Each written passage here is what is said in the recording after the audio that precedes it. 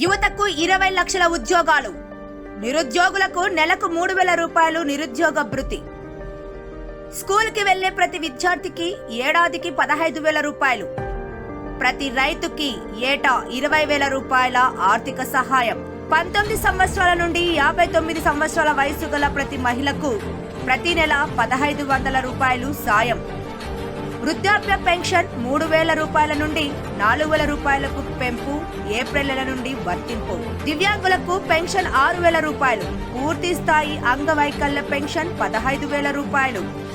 Kidney thalassemia వ్యాధిగ్రస్తులకు నెలకు 10,000 రూపాయలు pension. ప్రతి ఇంటికి ఏడాదికి 3 ఉచిత గ్యాస్ సిలిండర్లు. మహిళలకు ఉచిత బస్ ప్రయాణం. ఇంటింటికి రక్షిత త్రాగునీరు, కొలాయి కనెక్షన్.